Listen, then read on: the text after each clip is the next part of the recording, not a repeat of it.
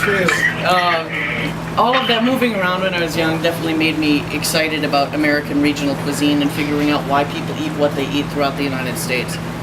But yeah, our shrimp and grits is really just sort of a take on shrimp and grits. And you know, some people will fry their grits and put the shrimp on top of fried grits. Some people put it on, you know, loose grits. Some people put it on thick, heavy grits, whatever. We make cheesy grits. Oh, yeah. And then the shrimp and andouille and corn, so sort of a take on like the mock shoe idea, is all cooked down with, you know, some green onions and heavy cream. And it doesn't have any calories though, because the recipe doesn't call for calories, so I don't put any in. Thank God. That's the magic of all of my food. Tight. Not a single one of my recipes says 70 grams of calories, so I just don't put them in. Oh, I'm eating it. I know. So they're all safe. I eat a salad first. I eat the whole salad. So yeah. How do you come up with your recipes? What do you do? You just kind of mentally think of something and then just try to make it, and then there you go. How do you come up with the recipe? The process. The process? Well, because I'm a very warped, sick, twisted individual, I spend a lot of time. I spend a lot of time looking at magazines. When I moved, the largest portion of everything in the moving van was boxes of cookbooks. And the cookbooks could be anything from, you know, cookbooks from the 1800s to, you know, and some of my favorite ones are like the old church fundraising cookbooks. Yes, I love those. Because quite honestly, some people will think, oh, I'm going to be a chef, I'm going to be a chef. This goes back to what you were saying before. And they want to be able to create, and they want to be able to do things, and they want to put their own name on it. But you have to understand there's absolutely nothing that anybody create that hasn't really already been done before. At least. We have no new ingredients, we have no new techniques, unless you're thinking about like, you know, an anti-griddle and sous vide. But honestly, yeah, they've been doing that stuff too. So they just didn't call it what it is. So going back and looking at some of those things that may have been popular for brunch in the 1970s and saying, oh, let's resurrect broiled grapefruit. No, it's actually really good. You take a grapefruit, you think about it, you get like a really nice Texas red grapefruit, right? You cut it in half and then you kind of cut out the segments, but you leave them in the skin itself. Drizzle a little bit of butter and maple syrup or brown sugar on there, and now pop it underneath the broiler. When you're cooking acidic things, the level of acidity goes down, the level of sweetness goes up. And you get this caramelization on the top, and then just stick, you know, really disgusting little maraschino cherry on top and serve just it. to look pretty and then Just throw to that look away. pretty. Yeah.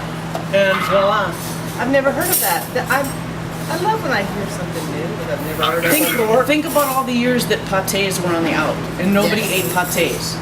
And I always worried that, you know, oh my gosh, people aren't going to make terrines anymore. They're not going to do, you know, all of these beautiful layered things, but they're starting to make a comeback.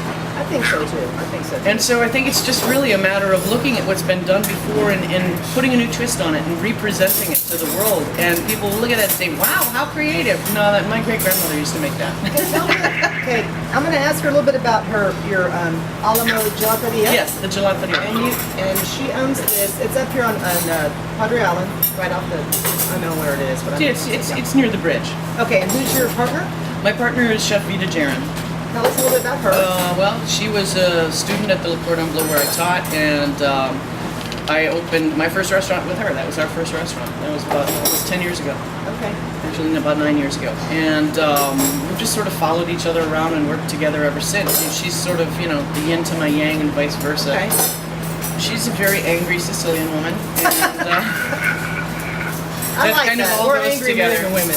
But you know, she has a flair for food, which is why I opened a restaurant for her, because I trust her palate implicitly, and I know how hard she works. She's got an amazing work ethic, and she's completely trustworthy in my She's coming up on TV, isn't she? She is. She will be on TV soon, but I can't divulge anything more than that until she has permission to do so. Is it on the Food Network though? I believe it will be on Food Oh, Network. we think it might be. We don't know. We're We not kind of sure. heard through the grapevine, but you know. Anyway, I'm going to go and try to do an interview with her maybe within the next week or so. But tell me about. You have other things besides just ice cream, or? Oh, we do. We have the gelato, and we make the gelato fresh in-house. A lot of people ask us where we buy our gelato. It's like, well, we buy the milk, we buy the sugar. So we make our own gelato. We also do crepes, Belgian waffles, and paninis. And yeah, we like to have fun with food, so we present good food at a decent price. And what's the address there? it is I don't even know the address. Oh my God. Well, we'll figure that out. One We'll two get that. one two something. Okay, so 459. what's your phone number over there?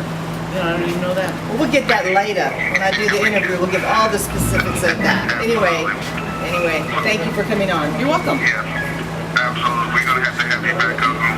Soon. It would be my pleasure. So, all right, well, this is the show. We hope you enjoy. Next week, we'll do it all over again. You know it. Thank you, Gail. You're Thank welcome. you, Destination Dairy. And for all you out there, make sure you cook something great. That's right. Because it'll give back. And be kind to one another. Be very kind to Peace one out, another. man. Peace out. Ka-ching! I gotta see if we're gonna do this other person. Let's see. Right on. Right on. So I this sort is of thought of this Sirius? earlier. This is on Sirius XM?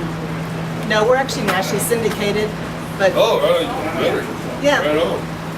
we stream it. Hey, Sean, Yeah. is the other person on the line? It's like trying to get you should be calling here just Right. Okay, you want to call me back then in just a little bit? Yeah, I'll do that. And Gail, thank you so much. And Oh, it's an absolute pleasure. Yeah. definitely want to have you on the show. And when we start, we're in filming production right now, and we're trying to get all the kinks worked out. We definitely want to come to your restaurant. And, By all means. yeah, but I'm trying to produce a show called Foodie Destination. Pretty much what you were talking about. Yeah. You know, chefs and talking about the process of opening up a restaurant, you know, away from all the politics, enjoy the food, Yeah. that type of thing. So, All right, call me back. I definitely will. All right, we'll talk to you later. All right, Bye-bye. Woohoo! Was it good? I make We just have fun. You did great. I just made sure y'all had to, where y'all are doing this whole time. Thank you. Yeah. To look up 'cause to each other. I'm listening, and so I needed to peer into your eyes. Well, yeah, you did. You did fine. I'm still shooting, by the way. So you know. How are you?